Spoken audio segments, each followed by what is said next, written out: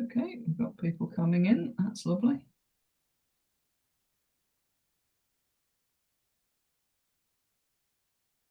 And we've got recording in process. So, welcome everybody. My name's Pauline Neal. I'm chair of the General Council for SRHE. It's absolutely delightful to see you all. We've got a really interesting session here now on the theme of belonging running across all three papers. I think we've got three papers that, looking at the abstracts, look as if they'll link up very nicely together. So that's absolutely great. What we'll do is we'll give each speaker's got 20 minutes to talk through. We'll then have 10 minutes for questions. I'll give speakers a warning after 15 minutes when you've got five minutes left. So with that in mind, I think if we've got everybody's coming in who's coming in, let's turn this over and welcome Tiffany as the first speaker. So we need to get Tiffany as the first speaker. There we are, Tiffany. Lovely. Good to see you. Okay, Tiffany, it's all yours. Off you go. Okay, thank you so much. Let me share my screen.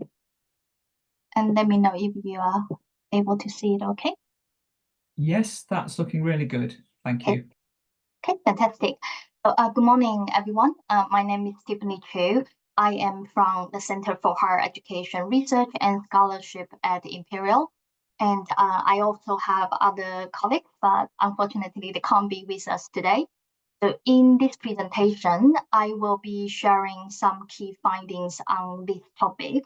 I deserve to be here, minority ethnic students and their conditional belonging in higher education. This work is based on a paper I'm co-writing with colleagues as part of a project called CDUS. So I will talk about this shortly.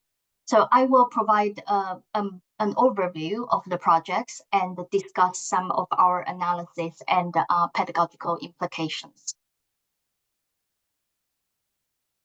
Okay. So our project is called CDUS, Supporting the Identity Development of Underrepresented Students. This was a 2-year research project funded by Imperial's Excellence Fund for Learning and Teaching Innovation. And we aim to explore and understand the lived experiences of students in STEM disciplines, including medicine. This project was to promote inclusion and support the success of underrepresented students. And we understand the importance of fostering a diverse and inclusive academic community for all. And we wanted to empower and inspire students to cultivate their sense of belonging and identities, which we strongly believe will contribute to students' engagement and success. So to achieve this goal, we had 2 research phases. And the first phase focused on the research, where we interview students across the year groups and the disciplines to explore and understand their university experiences. We then analyze the data to identify key themes and areas, which were then used to inform the development of the materials. And this linked to the second stage of the project, and that was the pedagogical outputs and the implementation. So in these presentations, I will cover both some key findings from the research stage, and also share some of the pedagogical materials that we have generated with the students and also disseminated widely across the higher education sector. And this is to give you an overview of our data set. We interview 110 undergraduates across 2 UK universities, and all our participants self-identify as being part of one or more of these following groups, who are typically underrepresented in higher education. And these included minority ethnic groups, being first generation to university, working class students, mature students, those aged 20, 21 years or older on university entry. We also have students from LGBTQ plus community, and also we have disabled or neurodivergent students. We also included women due to the STEM context. And as you can see from the diagram here, our participants came from different STEM disciplines. So it is really good. We have got a wide range of views in this topic. So the main research question for the project was, how does being underrepresented affect the students' identity and the career aspirations at the university? We conducted all our interviews online between June and November 2020 due to pandemic, and each interview lasted around 50 minutes. And we covered topics around the students' sense of belonging, their perceptions of typical and ideal students in their discipline, as well as their career intentions. And we also prompted students to elaborate on how being underrepresented might have affected their experiences at a university. And as mentioned earlier, as part of our projects, we created a range of pedagogical resources like the CEDAS student handbook on the side, as you can see here. And this is to support student learning and their transition to university. And I will share more about this later. Okay. So in this presentation, the focus is to share the insights on these sub-research questions. And this is how the minority ethnic students in STEM disciplines at high-tariff UK universities negotiate and develop a sense of belonging, and what conditions impact this process. And this paper draws on a subset of data collected from minority ethnic students, which comprised 72 interviewees. And we draw on this sociological concept of conditional belonging to explore minority ethnic students' belonging in higher education.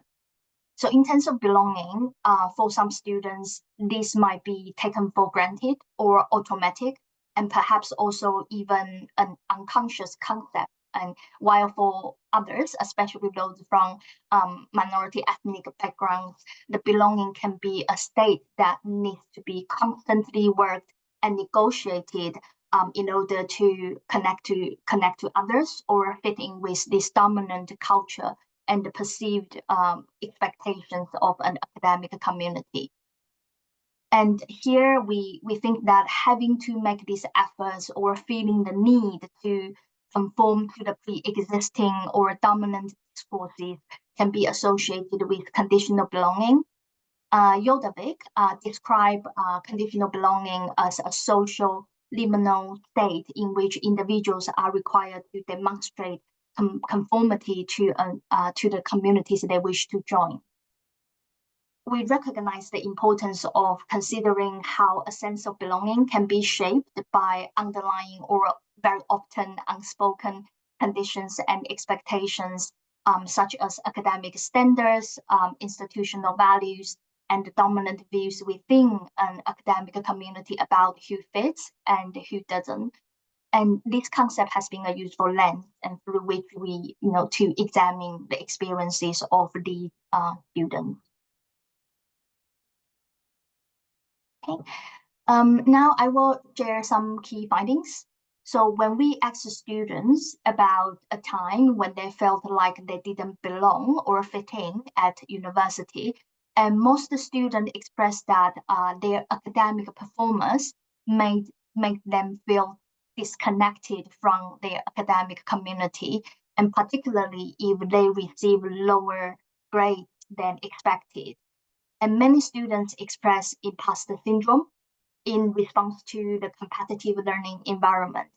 So here is an example from Xiaoxin, a British Asian woman elaborated on her experience. So she said, I always felt a little bit imposter syndrome, and then I'm not sure if I fit in, and everyone else, everyone is so much smarter than me, and I'm not sure whether I could be here. So, like Xiaoxin, many other students describe their peers as being more competent than themselves. They recognize this competitive culture of the institution, which led them to question their presence and legitimacy at university. And this institutional discourse around excellence shaped how students perceive themselves and other people and others as well. And this fosters a focus on these academic achievements as a way to fit in to the community. And in such institutional context, students' belonging can be conditioned by these overpowering standards or norms to influence their learning behaviors and the relationship with their peers. Vachana, a British South Asian woman, illustrated this issue around form, confidence, and actual competence. So she said, when I don't understand something, I made it clear that I don't understand, and she felt like a lot of people didn't want to say they didn't understand because that could make them seem less clever. So everyone was very confident in their abilities, but when the exams came around, a lot of people that acted as though they understood everything end up having to recede. And that was the moments where she realized actually maybe this is the misconceptions, and other people are not necessarily doing better than her. And these findings actually highlight the impact of institutional discourses around the competition on minority ethnic students' sense of belonging, and the prevalence of imposter syndrome and this pressure to conform to the dominant norms can significantly undermine students' confidence and their overall well-being. Okay. And many minority ethnic students express the negative academic interactions in their degree programs due to their backgrounds, and especially Black students. So Black students were hyper underrepresented in both universities in our study, and with many expressing negative experience and a lack of belonging. So for example, Michael, a Black British man, did not feel a sense of belonging, and particularly in his first year, he said because there wasn't many other people from where he comes from, and he felt almost as though he doesn't deserve to be here, and he feels like he is there by fluke. And here, being hyper underrepresented contribute to this sense of being tokenized, and often a strong sense of alienation as the only one on their course. So students also share experiences of racist stereotypes in lecture contents and inappropriate jokes, and this led to discomfort and isolation from peers and the staff. So for example, some students raise concerns when the lecture content or activities portrayal this racist stereotype, such as exaggerating this ignorance of African people. And Francesca, a Black British woman, encountered racist jokes from other students, and she said, why would you say that? And I know I stick out like a sore thumb, but don't remind me, please, and you shouldn't say that. Another student, Khadija, also described her learning experiences on the medical placements where she was recognized as a nursing student rather than a medical student. And these findings suggest that the negative learning experience in academic interactions can affect students' professional identity development, sense of belonging, and their overall well-being at the university. Okay. And many of our students experience a lack of belonging in social interactions due to being marginalized in relation to their different educational and cultural backgrounds. And this makes it challenging to find people like me, like around me, or avoid feeling this pressures to do a lot to make sure that they were likable. And also in the social setting, students also mentioned that having certain commonalities seems to be crucial. So, for example, Amanda's an international Asian woman explained that generally people seem to have more friends within their own nationalities or nearby nationalities. And even though students recognize the importance of ethnic diversity at the universities, this doesn't always result in socially mixed friendship group. And also students mentioned that others make assumptions about their culture and the language they can speak. So for example, Elif, an international European woman, experienced incorrect assumptions based on her background. And she felt like, it is interesting seeing how people put certain labels on you, and then they make certain assumptions based on where you are from, and you have no choice in whatsoever. And these insensitive assumptions in the social interactions can create these unpleasant experiences, especially for minoritized students who might already feel quite out of place. Tiffany, you've got 5 minutes left. Yeah, thank you. Like that. Okay. So what can we do to support the belonging of minority ethnic students? So taking the inspiration from our students' own coping strategies, many students manage their imposter feelings successfully through the collective space of belonging. And these could be the friendship groups where they can be emotionally honest about their imposter feeling, or the inclusive student clubs or societies. And we also believe that these coping strategies need to be matched with changes to academic culture. So it is important to have more open discussion about the imposter feeling being a very common and normal part of learning for many students. And it is also crucial to normalize the struggles and asking for help, and acknowledge that it is okay, to make mistakes and or not do as well as they would hope, which are all essential part of that learning process. And this can also tie into these ideas of managing student expectations and the importance of transparency and the mutual understanding. So in other words, that we need to support our students to understand what it means to be a university students in their specific academic community. In terms of the institutional changes, we thought more cohort building through social activities as the start of the university will help foster student belonging. As an institution, we need to tackle equality, diversity, and the inclusion issues, including challenging the inappropriate behaviors. Things like this need to be taken very seriously to change the exclusionary environment, because it can often produce imposter feelings and lack of belonging.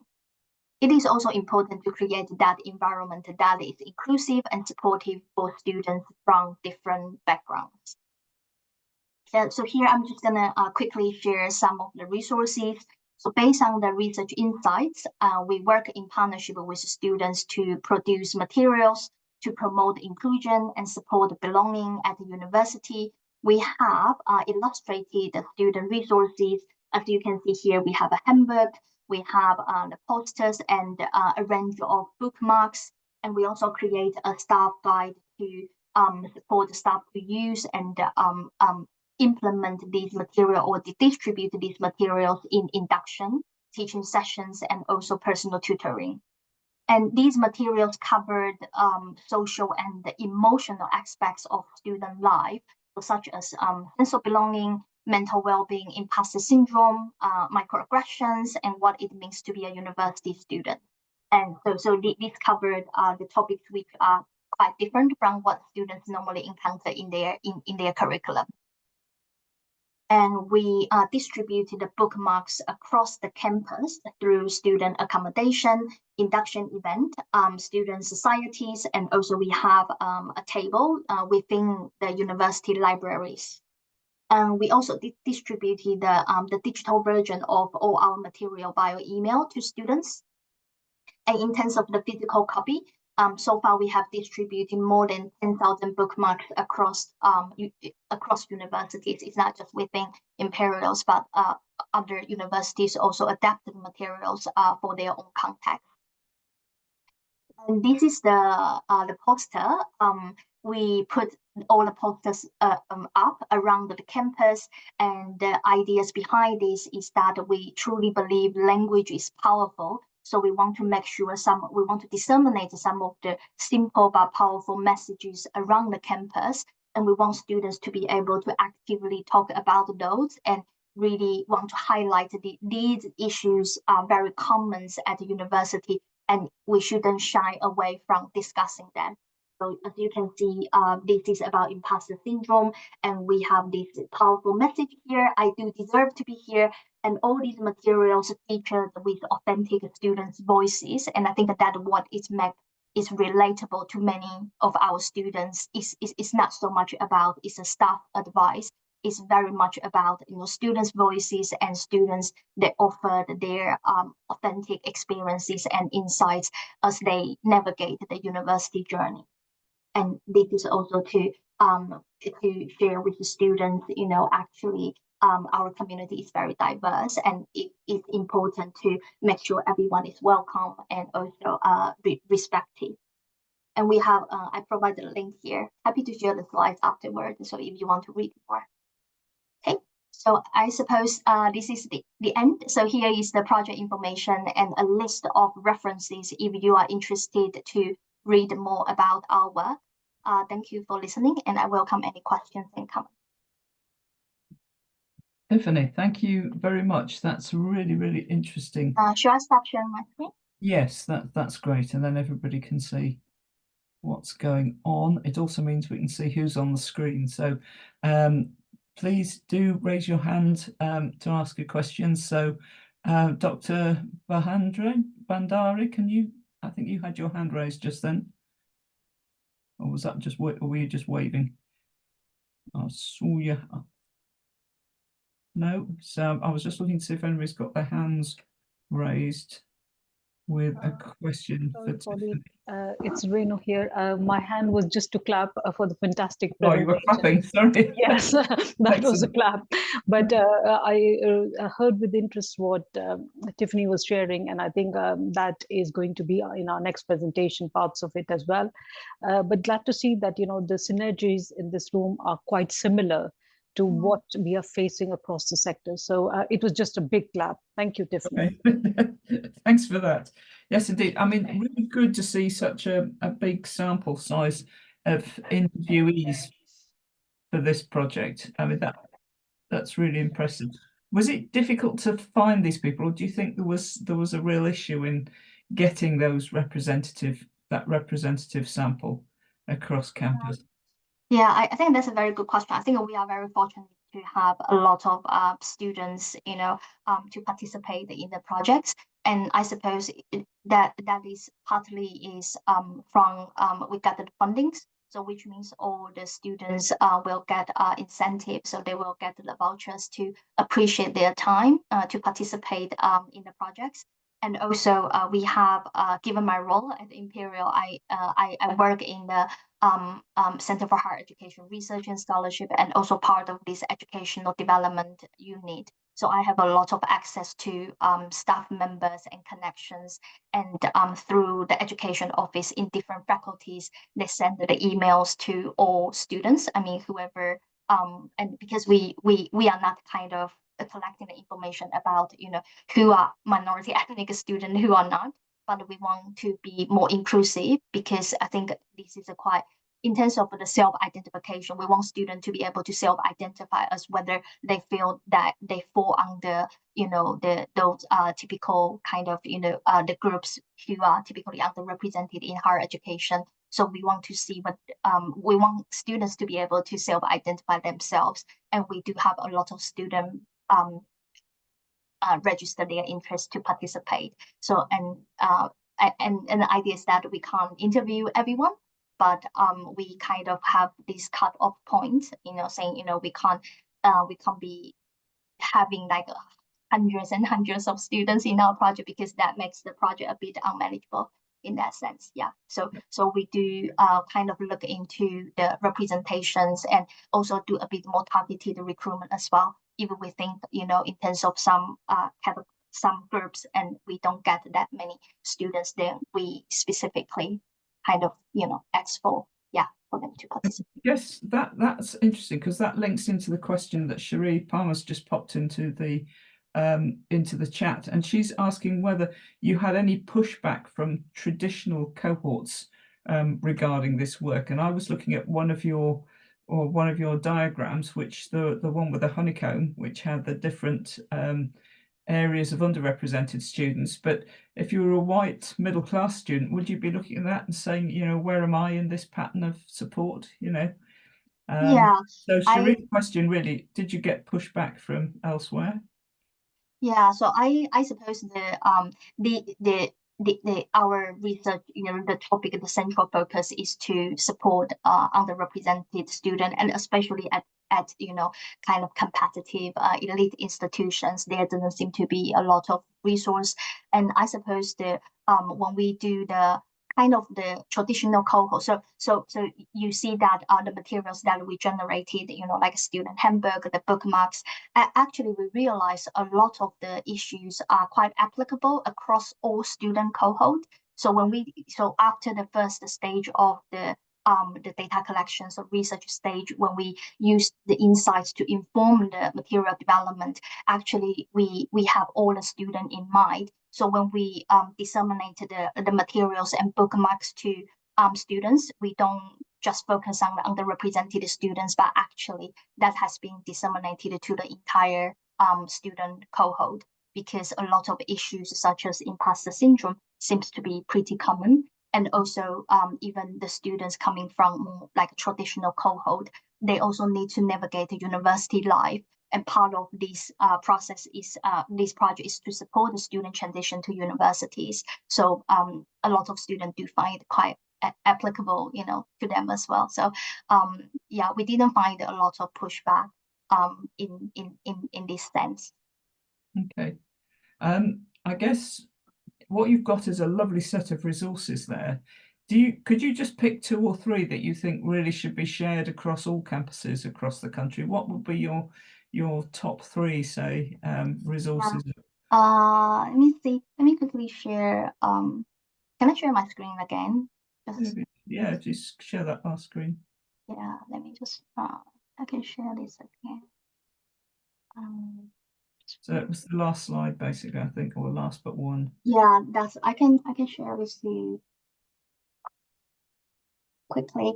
So these materials are all publicly available, and if you want to adapt the resources, please feel free to get in touch. We have a template where you can adapt. So I will say you can see the CEDAS handbook, and this is very much like imperial based. So I wouldn't say this is kind of widely applicable across the institutional context.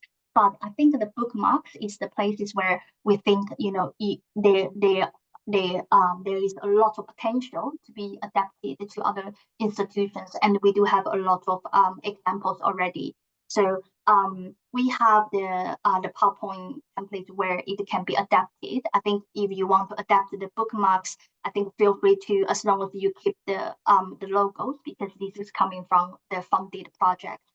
I will say the top 3 for me, I think imposter syndrome for sure, and also sense of belonging. And we found students, the kind of areas where students can nurture the belonging is through this friendship group and also clubs and societies. For example, we have this bookmark and showing to students saying, thinking about not fitting in, I would tell myself I have a good time, but I really wasn't. So this is to share with students a bit more real. It's not like everything is all positive, but how we can navigate that space. So we highlight all these different quotes from our empirical data. We pick some of the key messages, and then we say, going to societies made me feel like I did belong. And there's a QR code linked to a wide range of clubs, societies, and projects where students can get involved. There are also, so you deserve to be here, this is a belonging. I think the belonging bookmarks, and also there is one about the language. So a lot of students thinking, we also have the quote from students thinking, they bring their essence, their language, but they don't feel like their essence sounds like in these kind of very elite institutions, and we want students to recognize that actually their essence is part of their story and they need to embrace it. So some of these powerful messages, and also imposter syndrome. So I think those are the ones that I feel are pretty relevant across the different institutional contexts, and also it's based on my interactions and my collaboration with them. So they always think, can I adapt the material, in these areas? So I think imposter feelings, imposter syndromes, it's probably more common than we thought. Yeah, across contexts. Great, thank you. I think we're just coming up to 12:15, so I'm going to draw this session to a close. There was one further question on the chat, which you might just want to reply to on the chat, which was about how would you see this work applying to postgraduate students? I suspect in very similar ways, really. Yeah, but we don't have that much empirical data yet, so we focus very much on undergraduate, but that is something for further work, for the future, I'm sure. Excellent, thank you, Tiffany. That's been a really good, really interesting start to this session. So I'm going to turn now to Lorna and Renu for our second presentation, Belong With, Not To, the cultivation of student belonging through student-staff partnerships. Lorna, I think Lorna, yes, is sharing her screen, and off you go, Lorna. It's all yours. Is that all looking okay now? Can you see the slides rather than the slide? You just want deck? to throw it up. You're showing the slide deck at the moment, so if you can just throw it up into. Is that okay now? Yes, that's Yes. it. Sorry, Perfect. there's always a slight delay before it comes through. That's it. You're there. You're there. Off you go, Lorna. Okay, thanks, Pauline, and thank you to Tiffany. Huge thanks to Tiffany. Renu's already sort of said there's huge synergies between what Tiffany's been doing here at Imperial and what we've been doing in a really very different context at the Open University. So we're going from the highly competitive to get into Imperial College to Open University, which is from its outset open to all. So open to all, wherever you are, and whatever qualifications you've really got in the background. So not a competitive entry. What Renu and I are going to talk about is a project that we did a couple of years ago, where we brought in a couple of student interns to work in partnership with us. The partnership was with Access students. And in the project team, we had, as myself as project lead, you'll see Renu there. Nadia and Sarah Ferdinand were our two student interns in this. They unfortunately have moved on to other things. And so, well, it was fortunate for them, but they're not here today with us. But this work couldn't have happened without them. So a little bit more about what we're aiming to do during the presentation. We'll give some context on the situation that the project was run. What we're going to concentrate on is the methods that we use to maximise our equity in the partnership and how that was shaped by literature and our own perspectives on that. And then have a quick look at our outcomes in terms of how our student intern partners changed and grew during this, so that's the belonging with. Also how our Access students perceive themselves to have shifted their sense of belonging, and a bit on recommendations for inclusion in online learning spaces. So the context, the project we're looking at is called Belonging United Diverse. So what we face at the Open University and probably across the distance learning sector is that it can be really quite challenging to develop a sense of belonging when people are logging in at different times to these online discussion forums. You'll see in bullet point number 1 there. So they're quite commonly used at the Open University to generate a sense of belonging. Tutors and other students will put up threads there, but sometimes there can be really low engagement. And certainly in the access scenarios. So by access, that's a certain suite of sort of level naught modules that we offer at the OU to help students develop key skills and tools and confidence, very importantly, to move on to level 1 study with us. The nature of support in our access program is one-to-one with tutors that they meet with at intervals to support their learning in the online learning space. But we try to encourage them to engage with one another as well, students with one another in these online discussion forums.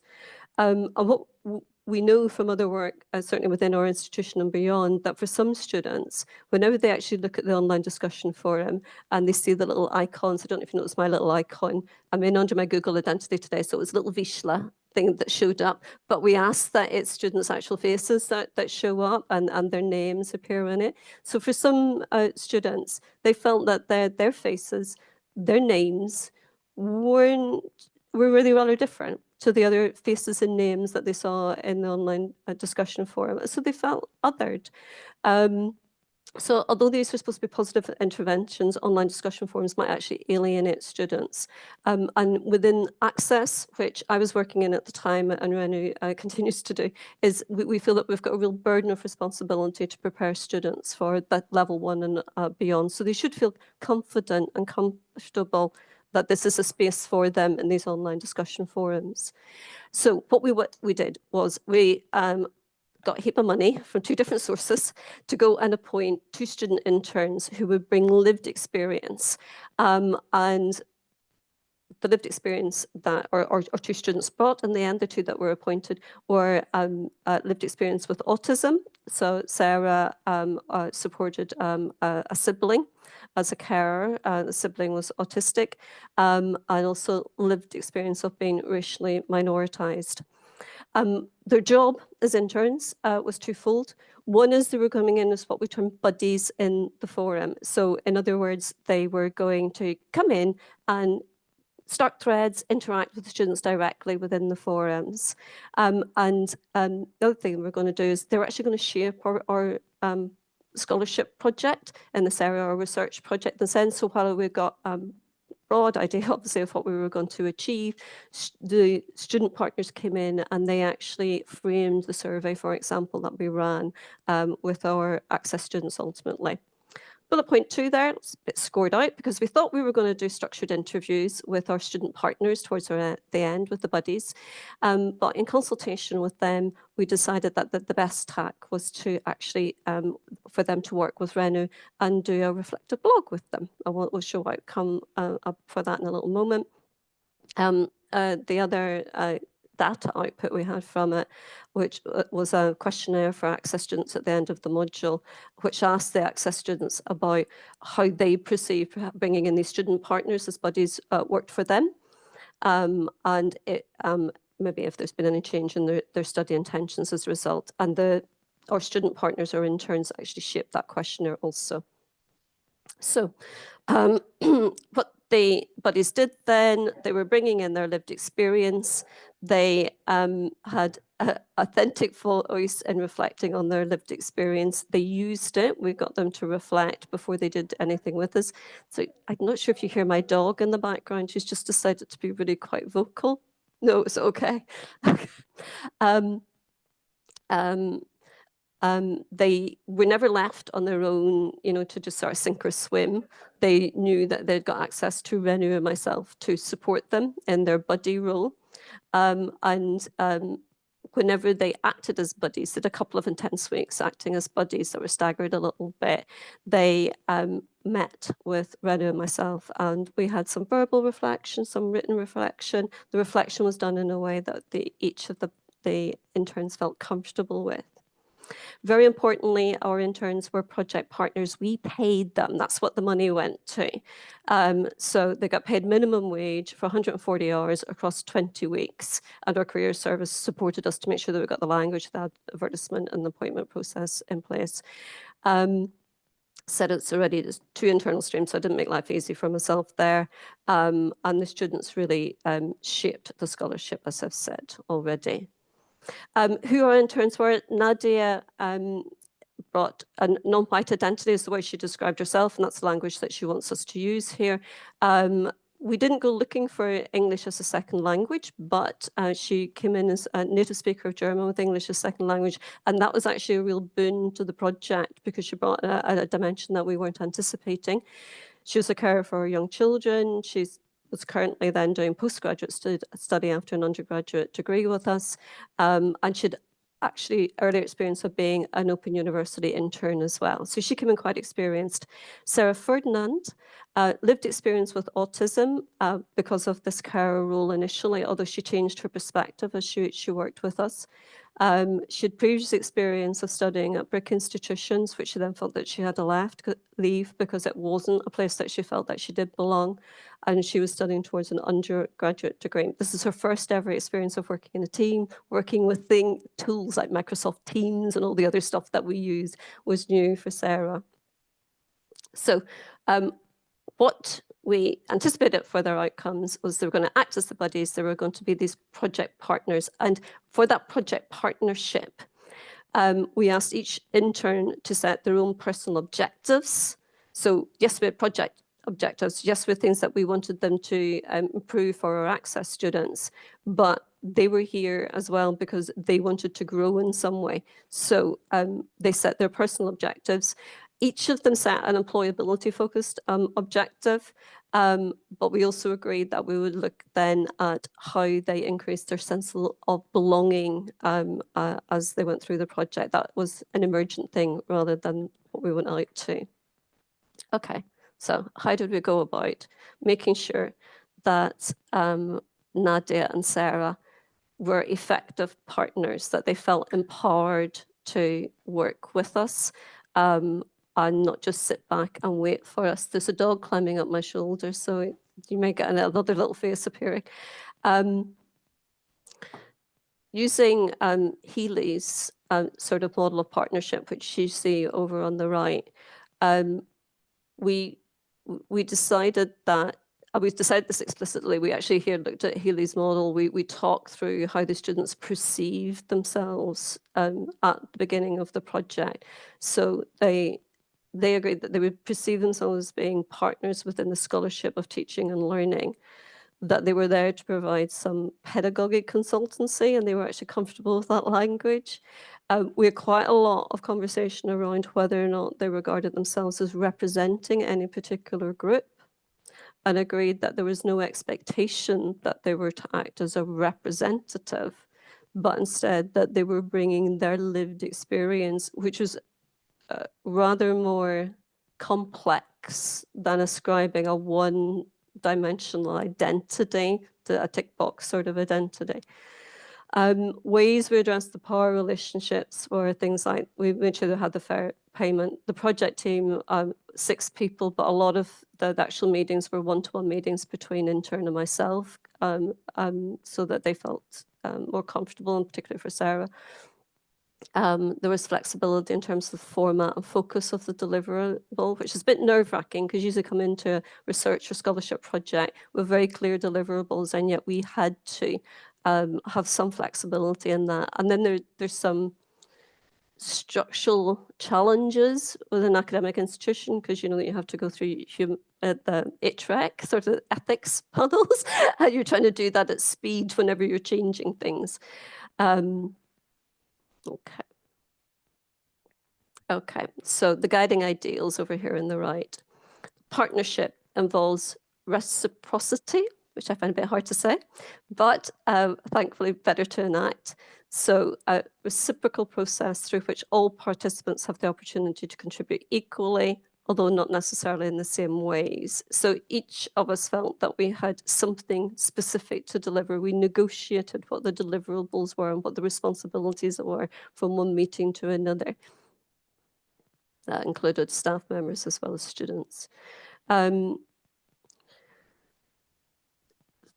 mean, for proper partnership, it's not just like a one-off that you'll deliver. Our relationships with Sarah and Nadia, that they've had to be sort of paused at the minute because they've moved on with other things, but it wasn't just we are going to deliver on X and then our relationship is done. Nadia in particular came back and consulted with us more. We wrote some reflections together. And we're trying to, within the institution, normalise engagement with students as an ongoing process to provide further opportunities in that area. And we do, you'll see what Renu's going to share what our students thought. Believe that we managed to achieve a really good empowered sense of belonging with our interns in particular. I'll pass over to you, Renu. Thanks, Lorna. So really interesting to see that, you know, what we hear in different conferences and read in different papers, that student does not come, in isolation. They bring their whole self to where they are. And that is exactly what we notice even for our interns. It was the intersectionality of who they belong to, what kind of identity they developed over the course of learning with the Open University. And like Lorna said, for us in the Open University, the distance nature of the delivery of knowledge, understanding, engaging on forums becomes a very tricky issue for students to create this sense of belonging. And I can give you that example. Once I did have a student a few years ago who said to me, Renu, I have come into the Open University because I do not want to engage in these forums. I'd rather do my learning on my own, in my own good time, managing my job, managing my family, and learn in the process. But funny enough, and surprisingly to our outcome we were looking for in our Access forum engagement, students and interns both gained a lot of value out of this interaction. So here on this slide, what you see is intern growth outcomes. Like Lorna was saying, each intern came with their own personalized sort of outcome to say, what do I want to achieve out of this? And the evidence of equity, agency, and a partnership that was like a shared enterprise. So from the very beginning, they were engaged with all our discussions. The project tracker was shared with the interns. The points of engagement, like Lorna said, she took the biggest buffer of one-to-one with them. But yes, we did have a fair share of interaction, dealing with the specific queries as we went through it. So here, those two diagrams that you see are created by our intern herself. And this is a Nadia drawing. And she's telling us very clearly that, during my time working as a BUD project internship, I found it definitely part of the wider ODU community. You're part of a team working and seeing behind the scenes. For the first time ever, these students got the experience of what we do as senior lecturers, what we do as staff members and chairs of boards and so on. And that feeling was giving them, yes, I belong to the Open University. What somebody shared here very clearly, my whole objective in those reflective blogs was to give them that safe space to share with me without any fear or any apprehension about what were their real gains. And I left both the interns with a lot of starting points. I gave them that creative experience. And I also said, feel free if you want to share in a qualitative way, any drawings, any feelings, any pictures that you think captured your experience as an intern on our project. And what was shared here is essentially you are engaging with both the worlds of the Open University and interlinking them to bring forward ideas and recommendations to make other students' experience better. And I think this is what they felt was their key link, because they felt that they are playing a very, very vital role in enhancing student experience going forward for other students to engage on the forum. Nadia also says it felt very rewarding to be able to lend on an empathetic ear to those who may have felt unseen or potentially isolated experiences within this student community. And that is the case with most of our students in the Open University. They are at a distance, the tutors are at a distance, the students get hardly to see face-to-face their tutor, and the whole engagement on the forum needs to be cushioned by somebody who can give them that encouragement of making that first brave attempt of posting on the forum. So a very valuable sense of belonging. And I really like the pictures she has made here. So joining hands and in the center there, education, learning, knowledge right at the center. And on the other side, the whole process of not just we are machines and machines of enlightenment, but actually it is a whole process of knowing myself better, reflecting on what I gained as an intern, but equally contributing back to the university I belong. and very, very, intensive narrative around these two pictures when she came and met us in our different meetings. Next slide, please, Lorna. Thank you. Renu, you've got 3 minutes now. Oh my God, I have to be very quick now. Thanks, Pauline. So this is now a bit, and I'll leave the slides for people to read, but this slide is very big, talking about personal growth and confidence and sense of value. So independent research into autistic experiences in higher education environments has proven itself to be deeply personal, formative, and fascinating undertaking. This is by Sarah, who was on the autistic spectrum herself, supporting a sibling in her family who was autistic, and how she learned from that, review of literature, how she picked up those important key things which actually supported her life, and equally she brought things from her life to share with us, to bring it back on the forum. Lorna, next slide, please. Thank you. The big one, employability and related skills. And I think this is what was on the agenda for both our interns very clearly right from the start. They wanted to enhance some of their employability skills. And here for, one of them, the Teams meetings, use of, this particular tool was one big one. She said, I feel I have gained more confidence in speaking up, and as well as, persevering with all the complications that modern technology can throw at me. And that is, all of us in the developing world, where we are interfacing with technology. And for the first time, she got to grips with a new tool, which she plans to use further forward in her life as a transferable skill. Thank you, Lorna. Next slide, please. Again, building from Nadia's perspective, she was talking about her analytical skills. And, she was talking about how she was using her analytical skills to pick up on student data, note the variable aspects of that, and make sure that, in that 5-year period, we were picking up data, which was already existent, and also the tutor group forum data to say, how did that online forum interaction improved?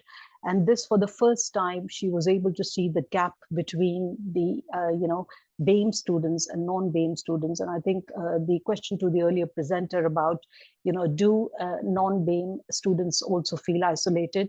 The whole endeavor was to make sure that everybody feels included in that online forum discussion. And Nadia clearly saying in her narrative there, too many words, but the real feeling of her improvement in employability and related skills coming across there very clearly. Next slide, please, Lorna. So 2 big chunks of gains, and like I started off with, one were the intern gains with, sense of belonging with the Open University, personal growth and confidence, personal sense of self, of value and worth, and, employability and related skills is a big one. And for our access students who are in the online community, a positive role model being set by these interns, a very, very big ask from them. And, they created that, oh, if Nadia can do it, I can do it as well. Sense of belonging with an access community. We are all access students, open for all. And this is my first step into higher education. This is going to be the way I will learn in higher education. Confidence in engaging and shaping positive behavior of study skills and support. And the last one, they're talking about progression and improvement to enhance and enrich learning. So 2 big chunks. I'll leave it to Lorna now to wrap up. Thank you. I think our time's up, so really I'm just going to skirt through it. We had some data to back up those assertions that Renu's just made about the gains in our access students, so I will skirt on there. We do have a whole series of recommendations that our interns made with regard to how we can improve the online discussion forum environment so it can be much more inclusive. So there are things that I've actually heard other people touch upon in other presentations already this morning. So not being so hung up on getting language formally right and having some flexibility on the sort of style of language that should be acceptable within those spaces. And certainly for Sarah, actively promoting the use of emoticons, which is really, really useful for some of our neurodivergent students. Likewise, avoiding ido and ims is really useful for many. Keeping those sorts of environments uncluttered. Group activities really are popular in online learning spaces, but they do have a role. They had certain recommendations about those. They did, Nadia in particular, she wasn't aware that there were other online spaces that she could go and connect with other students that were offered through our Students Association. And actually what she came back there, and it leans on a part of what Tiffany's, I think I alluded to earlier, was that just because there's a group for BAME students doesn't mean that she wanted to go and attend that group. She wanted to go to the carers group. Her identity was not a one-dimensional identity. She was going to make use of the groups that fitted who she wanted to be in this environment. I'm just going to skirt through all of this. We do at the moment, we have a body of work on trying to normalise the students as partners approach across our institution, and to try and do it in ways that are sustainable, because oftentimes we run around seeking internal, external funding to make sure that we can pay our students to engage in this way. And we need to do it a bit differently, I think. But here's some lovely references and further reading, including the one at the bottom where Renu and I have written about this for an envisioning report. So I'll stop sharing and then see if there's any questions. Thank you very much. Thanks both Lorna and to Renu. So lovely contrast with the first paper, which went to lots of students for the research, and actually a great example of doing the real in-depth work, in this case with two individuals who then pull out a whole load of really useful learning. We had one question in the chat from Ailsa just to kick off. We've got about 5 minutes, 5-6 minutes. Ailsa asked, did you find the project increased engagement with the online forums? Shall I, Renu? A little bit, she says hesitantly for reason. It did, it was, I think Nadia in particular, she had a lovely authentic way of speaking, and really encouraged our accent students to make use of that space. And then we had what happens from time to time, hiccup of bad behaviour on behalf of one of the other people that was in the forum, which scuppered things ever so slightly. But yeah, the answer is yes. What I would say is that we had two different periods in which the students or student partners engaged in the forums. One of them, it was like total hands off from staff. We were around if they needed us to be there, but it was student led, that one. The other one had another staff member in, and it was the difference between the two. So one of the recommendations we would make to you is leave it to the students. If it's something that the students can do on their own, they get an awful lot more engagement if it's mainly students that are in the forum, as opposed to staff nipping in and maybe pontificating a little bit and directing. Things don't always need a staff member in there. Just to add to that, what Lorna said, yes, we did notice a change in the way students are engaging on the forum, but we did not measure the statistics of, how much did it engage by. But what I can say for sure is in our new modules on Access, we have taken the best practice from this project and we have tried and implemented in the new shape and form of our new modules. Thank you. Thank you. And we've got a question in the chat here from Eleanor Willis. I don't know if you, Lorna, Renu, you've already had a chance to have a quick look at it. This is touching on the sense in which people choose to belong. And given what you've discovered, how do your results inform the approach to belonging where it might differ from the approach for full-time stroke traditional learners? Is this Eleanor Willis's comment or asking? Yeah.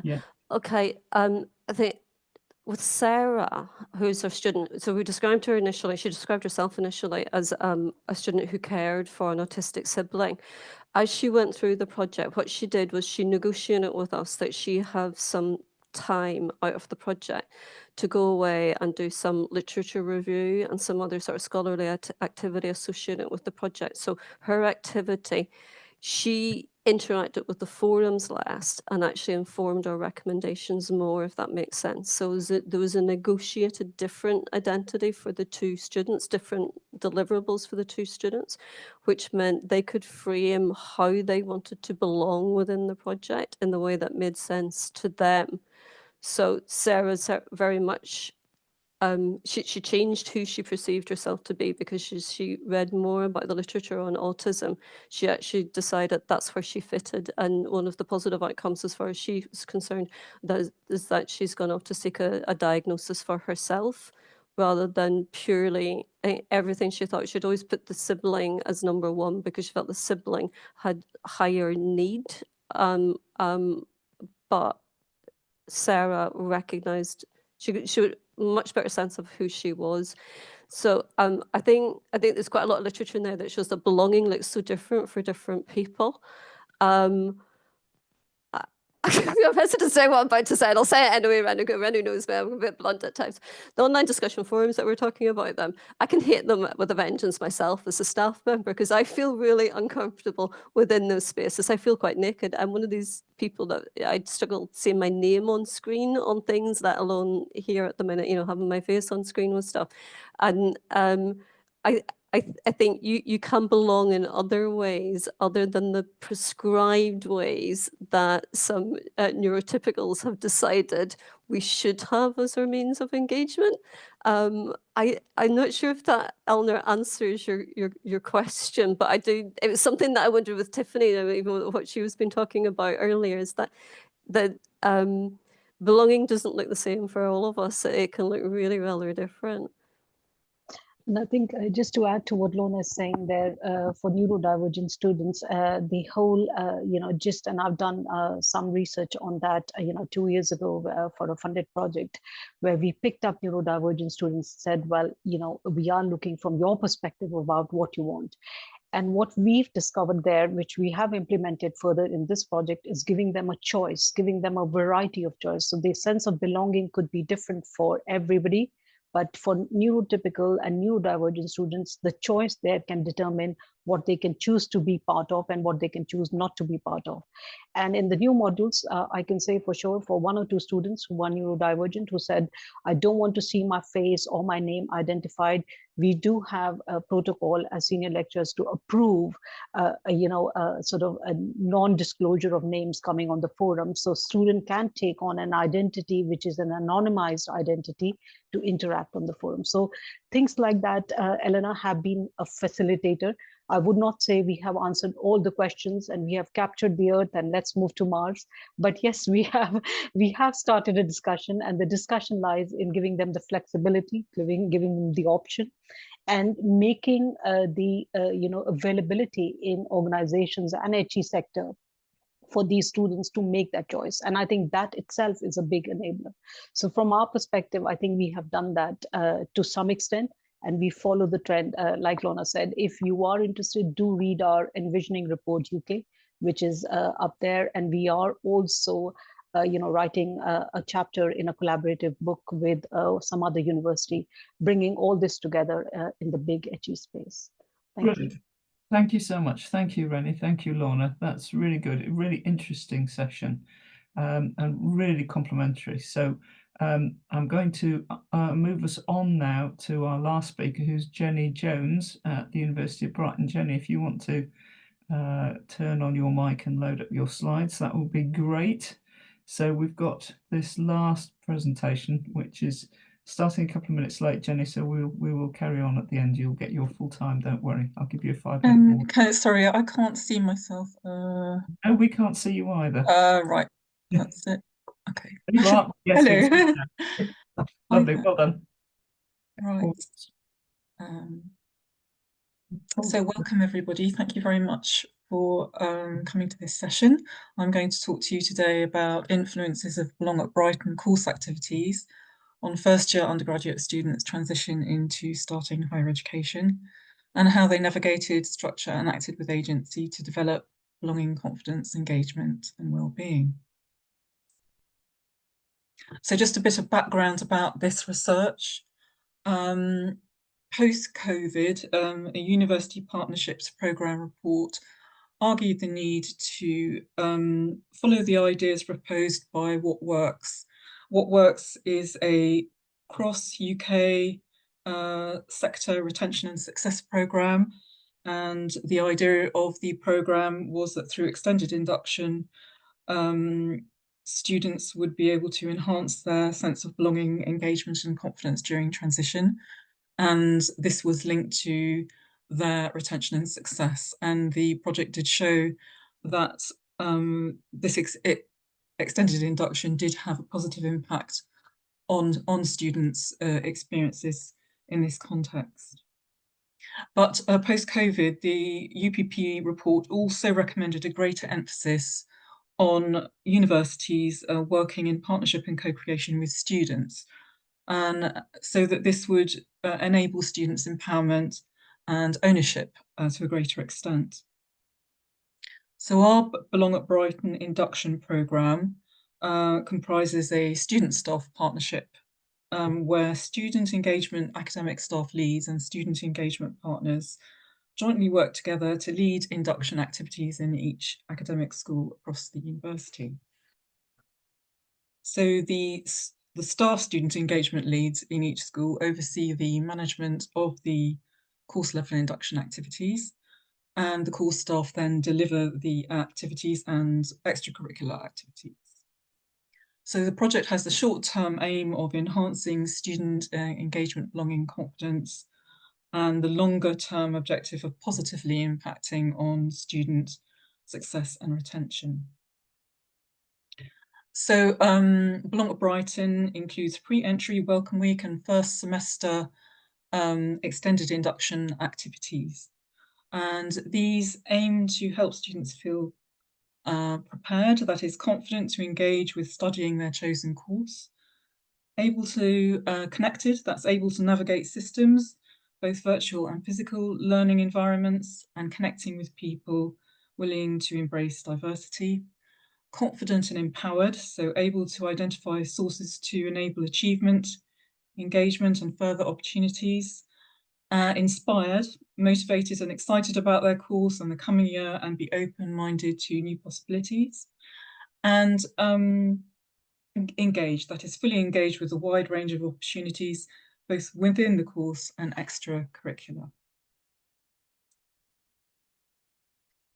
So what are the key concepts that underpin this research?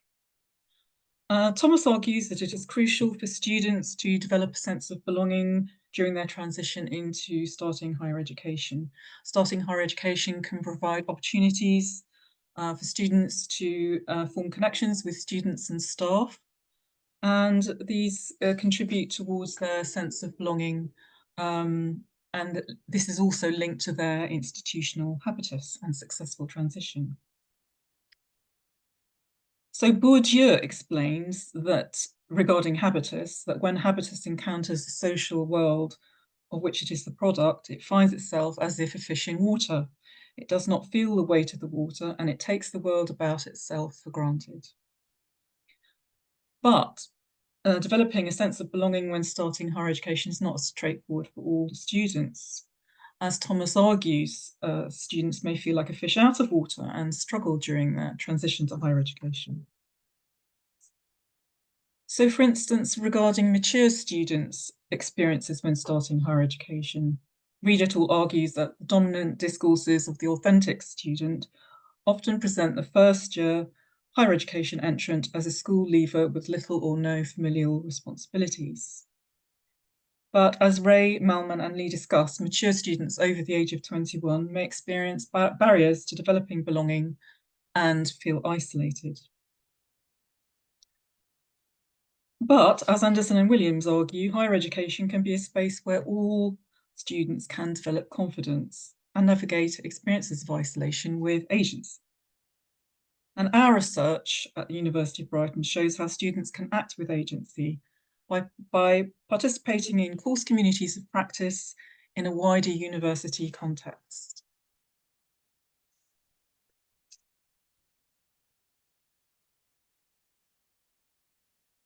So our Belong at Brighton programme is underpinned by evaluation, and this explores and assesses the impact of the Belong at Brighton course activities on first-year undergraduate student transition. As part of this evaluation, we conducted qualitative research in 2023-2024, and this presentation focuses on that qualitative research. So we adopted a qualitative appreciative inquiry approach, and this also incorporated student-staff partnership in data collection, interpretation of findings through feeding back on a written report, and spoken and written dissemination.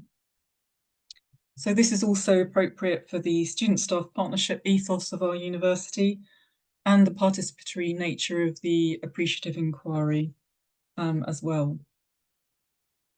So just to explain, in appreciative inquiry, researchers pose questions which enable participants to build on positive experiences to explore the potential for development.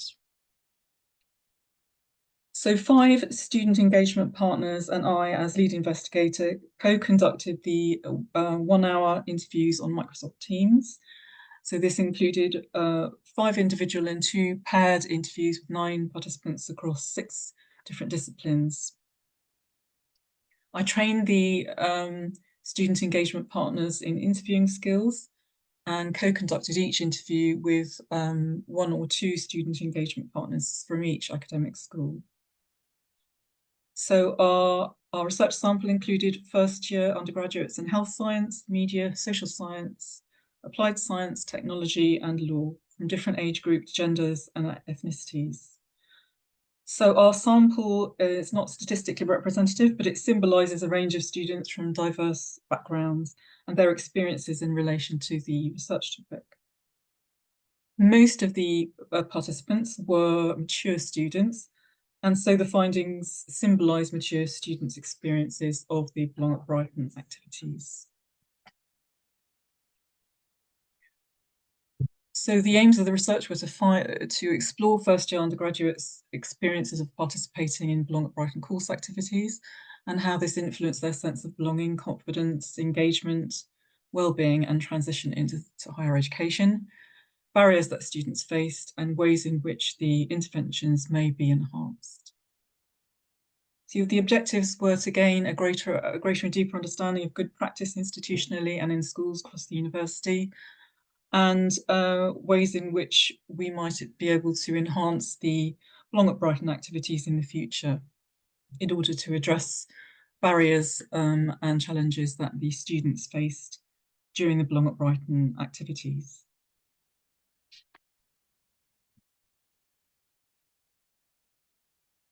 So in terms of the key findings, I'm going to discuss the following themes. First of all, students' development of a sense of belonging, confidence and engagement in Welcome Week and beyond.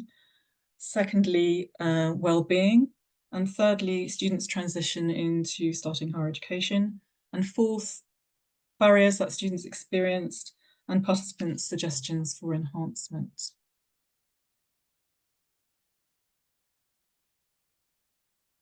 So Welcome Week aimed to provide opportunities for students to form connections with peers, teaching staff and professional staff, and to develop a sense of belonging to a course and university community.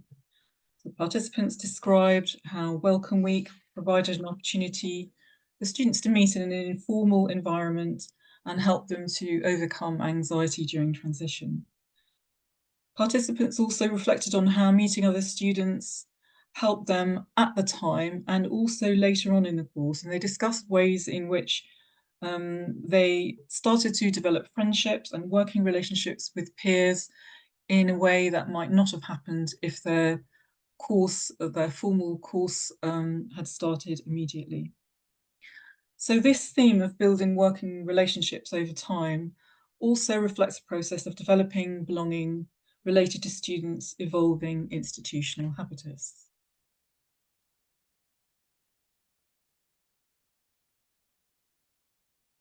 So most participants also discussed how Welcome Week provided important opportunities to meet staff. This included course tutors, support staff, including student support and guidance tutors, academic skills staff, the employability team, library staff, and other professional service staff, and to talk to them informally.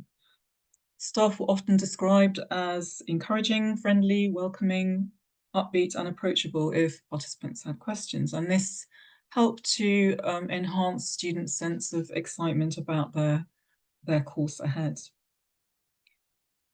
So participants also talked about how they felt more confident as a result of the Belong at Brighton activities. For instance, they felt more able to approach staff who were encouraging. They had a sense that they were going to get on with lecturers and that they had chosen the right course, and felt less daunted and more prepared to start their course. As Lise argues with reference to Bourdieu, forming and developing strong working relationships with staff is important in first-year undergraduates' evolving institutional habitus, linked to their belonging and confidence.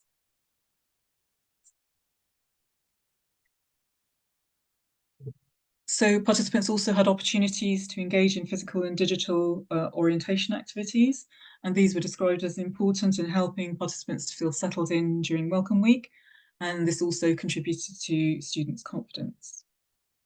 So participants talked about feeling that they learnt where to go, what support was available from support staff, including student support and guidance, tutors, library staff, academic skills staff, and the employability team. They learnt where all the software was, and they learnt how to navigate different systems on the university online platform.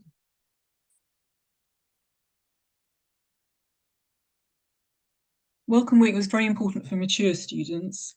So for instance, before starting university, 2 participants talked about how they were very worried about not fitting in, and they felt that they might not fit in because they were older, and they were worried that younger students might not interact with them.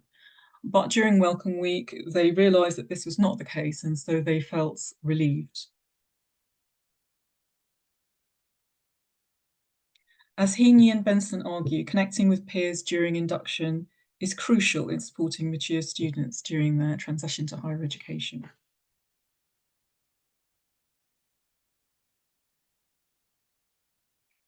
So the intervention activities, particularly during Welcome Week, were also described by participants in beneficial in their feeling part of the university community as well as the course community. So they often talked about how societies that they joined were important in them feeling a sense of belonging to a community and in the same boat as others, where they could share experiences, including challenges. So for instance, some mature student participants talked about the Mature Students Coffee Morning that they were able to join, and the Mature Student Society. And both participants talked about how these were safe spaces where they did not feel isolated. Participating in a course or disciplinary community of practice within a wider university constellation of practice is an example of Wenger's conceptualization of social learning, shared meaning making, collective resilience, and how this can occur at different levels in an organisation. So another recent university partnership programme report in 2024 found that there are a significant number of students who are struggling with their mental health, and this relates to several previous sessions that I've been in this morning, and that there are growing demands on university health and wellbeing services. And the report said that the most effective interventions were those which are early, often, and clear about what was on offer for students. So several participants in this research described how their anxiety or nervousness prior to starting university was relieved during Welcome Week activities. So in relation to relieving activity, participants discussed how meeting and getting to know other students and staff, particularly staff who are motivational, engaging in social learning with other students, meeting other students from similar ages and backgrounds on the same course, and feeling a sense of fitting in and being in the same situation as other students was important. Jenny, 5 minutes. Okay. Thanks. So all of these aspects that I've talked about supported student transition. But there were also barriers that our participants talked about, and that they made suggestions for enhancement. So the 4 key themes in this context are communication between staff and students, student non-attendance at the Belong at Brighton activities, the timing of the sessions, and some pre-entry activities. I'm just going to talk about one theme here, which is communication between staff and students. So an example of communication issues between staff and 2 mature students included one participant's experiences of an extended induction session being aimed at younger students rather than mature students, and therefore they didn't feel included as a mature student. And this reflects Reed et al.'s argument that mature students sometimes feel as other in universities, which mainly cater for young and full-time students. Participants discussed how teaching and professional staff should consider the needs of all students in their spoken and written communication. And one participant also mentioned that neurodiversity awareness training for university staff would help enhance communication between staff and students and address neurodiverse students' needs. Another student mentioned that more small group sessions rather than large group sessions would enhance communication between students and students and staff. So this research shows that the Belong at Brighton activities contributed to supporting undergraduates transition into starting higher education, enhanced their sense of belonging, confidence, engagement and well-being, and supported them to feel part of a community of practice at a course and university level. So participants frequently discussed how meeting other students and staff in Belong at Brighton activities, particularly during Welcome Week, helped them at the time and also later on in the course, enabling them to build lasting working relationships and which contributed towards their evolving habitus and their sense of enduring confidence during their higher education transition. The research also shows how the Belong at Brighton activities enhance students' resilience and preparedness to start the course, their digital transition, and important sources of support from different teams. Participants' development of well-being was also evident through their frequent discussion of relief from anxiety. But this research also shows that undergraduates' development of belonging and institutional habitus linked to feeling settled in during transition was not always straightforward for all students. While students benefited from participating in the Belong at Brighton activities, some students, for instance, mature students, sometimes felt isolated during their transition into higher education. And it is important that belonging induction programmes such as ours in UK and international universities provide consistent inclusive practice in all aspects of pedagogy and support for all students. Our research finally demonstrated that students actively engaged in the Belong at Brighton activities and acted with agency by participating in course communities in the wider university constellation.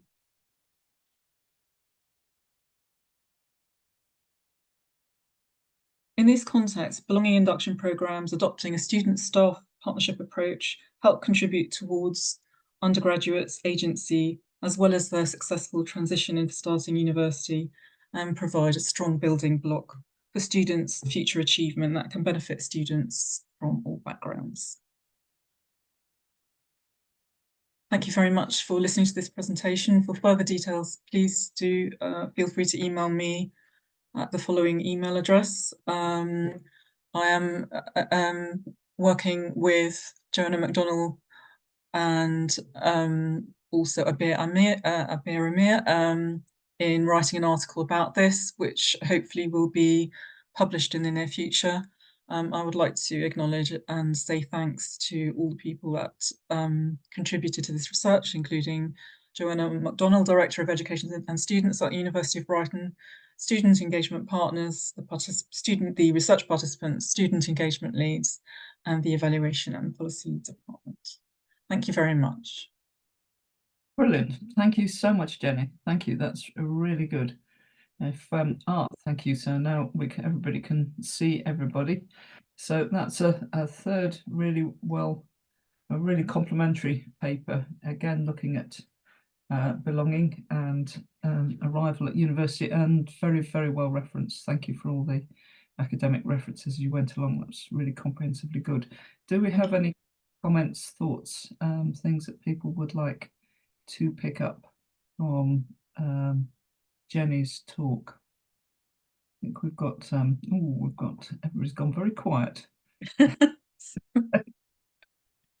is how well these work, isn't it? Because actually evaluating these entry to higher education programs, which, let's face it, have been going on for a long time, but we still seem to struggle with capturing these individuals and bringing everybody into the system.